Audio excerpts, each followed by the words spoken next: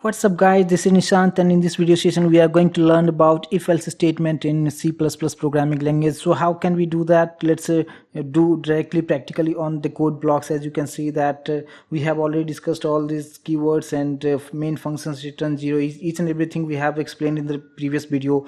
So now in this video session we are going to learn about if-else statement. So what is if-else statement? Means it's simply you can say that suppose you want to check the conditions, how can you compare between two variables. So for that purpose we have to use the if-else statement. Like suppose we have declared the two variables over here, you can see that x and y, and suppose we have assigning some values to the x and inside the y, suppose 20. So we have x equals to 10 and y equals to 20, and now we have to check the conditions with the help of if else. Means I need to compare between x and y, like which one is greater and which one is lesser. So how can we do that? So we have inbuilt keyword like if. So it is inbuilt keyword, but you have to focus on that inside the curly brackets. You can see that whatever we have to write inside the curly bracket, we have to write the code. But here you can see that if, and now we have used bracket. So inside this bracket you have to write the conditions like x is less than y. So if this condition would be correct like this,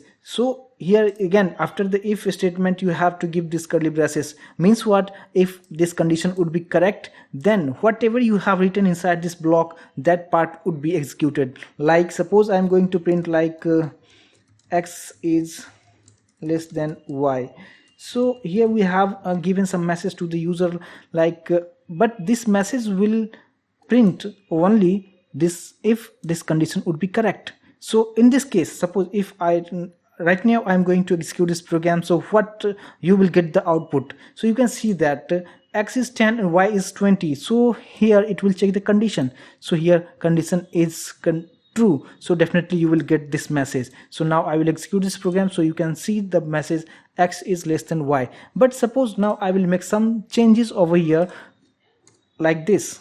Now we have x equals to 100, you can see that, but y is 20, so condition is not true, so you will not get this message. So if I will execute this program, so you can get the empty result on the output screens. You can see that it's empty. But I do not want any empty message to the user. Means I want to give some message whether the condition is true or false. For that purpose we have to use else part. But one more thing you have to keep in your mind, that like inside the if we have written bracket, and here we have to write the conditions like comparison like that, but we do not need to write anything over here like else. So inside the else we have to only give only the statement, but there is no conditions over here. So you can see that inside the else block we have just written one statement like this. So here you can see that x is not less than y. So here you can see that if the condition is true, x is less than y. So if this condition is true, so you will get this message.